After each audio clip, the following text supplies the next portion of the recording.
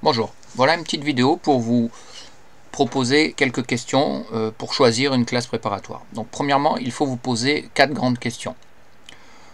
Ou alors vous avez la solution de suivre, on va dire, la légende urbaine qui dit que les bons vont en MP, les moins bons vont en PC, et puis les autres, bon, ils vont un peu où ils peuvent.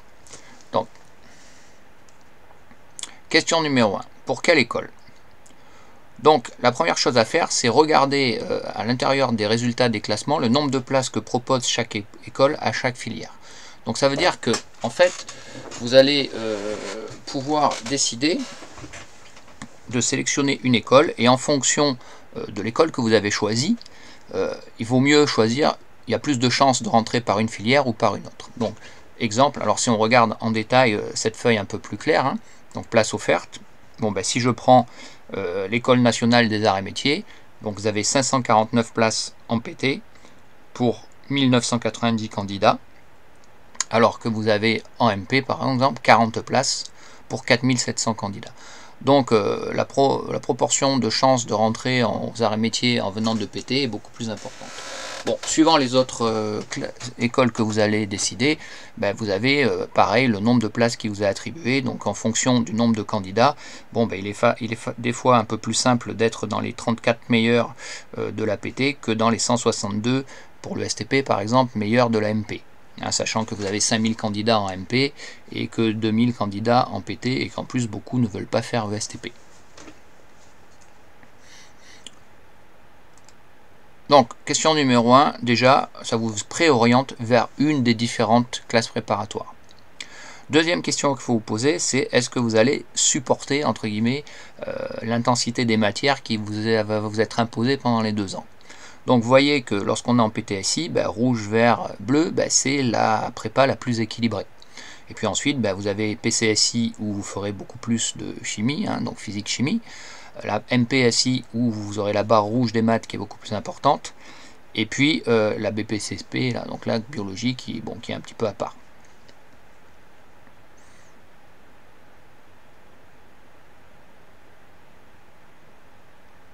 Donc, deuxième critère à prendre en compte, ben c'est le nombre de la rentabilité entre guillemets des classes prépa. Donc là, si vous regardez les différents graphiques, on s'aperçoit que la PT, vous avez en fait 2000 candidats, 2500 candidats pour à peu près 2400 candidats pour 2000 places. Donc la rentabilité des intégrés est un peu aux alentours des 80%. Donc vous voyez que PSI, PC, c'est à peu près équivalent, on est vers les 70% de moyenne, et en MP, vous êtes à peu près à 60%.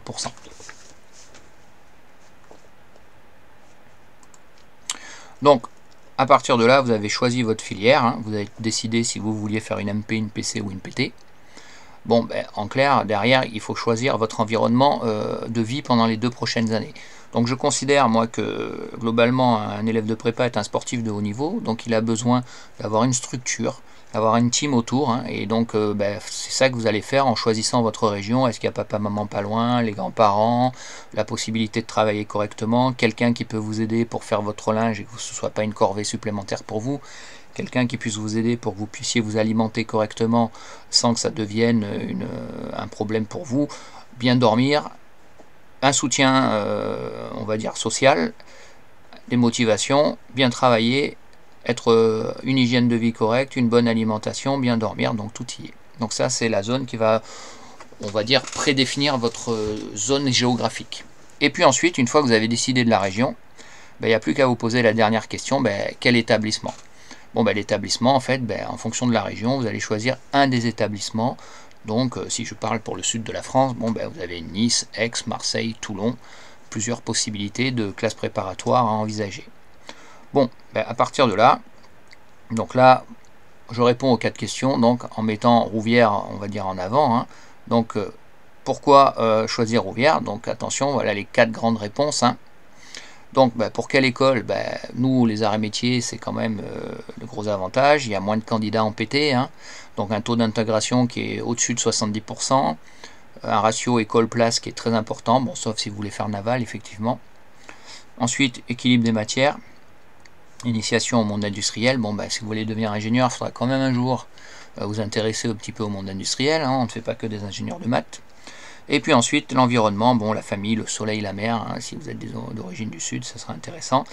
Et l'établissement, bon, bah, le lycée Rouvière a une classe préparatoire dans lesquelles les élèves se sentent bien, il y a une super ambiance qui est entretenue par l'équipe pédagogique, vous avez des professeurs disponibles et sympas, vous avez une hotline SI, c'est-à-dire que 24 heures sur 24 on répond à vos questions en SI, une formation adaptée à tous, que vous soyez très bon ou un peu moins bon, on s'occupera de vous et vous aurez une possibilité de réussir au lycée Rouvière.